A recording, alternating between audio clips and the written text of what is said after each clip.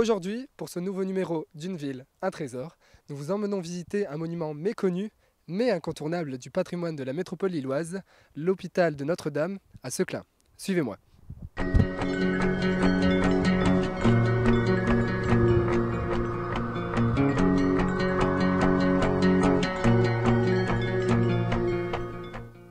En 1246, la comtesse Marguerite de Flandre fait don de ses terres et permet la construction d'un asile pour accueillir les malades.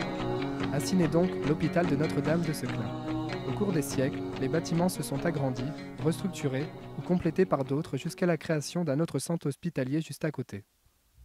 Néanmoins, celui-ci fonctionne toujours. Il abrite notamment une maison de convalescence et de long séjour. La communauté des Augustines, présente depuis la création de cet hôpital, est encore présente aujourd'hui. Elles sont les gardiennes de l'histoire de cet hôpital. Nous y avons rencontré Sœur Marie.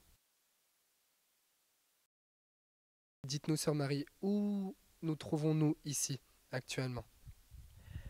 Alors, vous trouvez ici, dans la cour de l'hôpital, le cloître, qu'on appelle le cloître, qui est très beau, qui a été fait à des époques différentes. D'accord.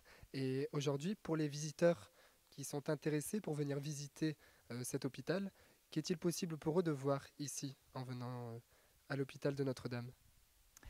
Les visiteurs peuvent toujours entrer dans la cour, ici, dans le jardin, faire un petit tour, mais ils peuvent aussi susciter l'aide de l'Office du tourisme ou bien d'une sœur qui passe ici pour visiter la salle des malades, par exemple, qu'on laisse ouverte que le samedi et le dimanche. À Seclin, l'hôpital Notre-Dame est l'un des plus anciens du Nord. Sa visite est d'autant plus intéressante que les vestiges de pierre et des bâtiments racontent l'histoire de la médecine dans notre région. Des anciens dortoirs à la chapelle, en passant par le bureau du maître. Nous nous trouvons ici dans la salle du maître, salle accessible aux visiteurs, qui fait partie du cloître fondé en 1701.